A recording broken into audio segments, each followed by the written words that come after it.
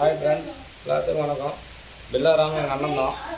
நீங்கள் அண்ணனை ரொம்ப தரவரிவாக பேசுகிறீங்க, சரிங்களா?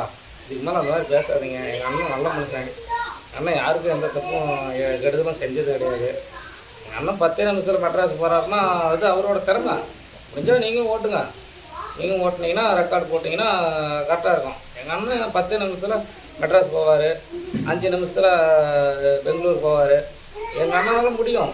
முடிஞ்சால் உங்களாலையும் முடியும்னு நீங்கள் காட்டுங்க, சரிங்களா? எங்கள் அண்ணன் பில்லாராம யாரும் பேசக்கூடாது. வணக்கம் ஃப்ரெண்ட்ஸ், நன்றி.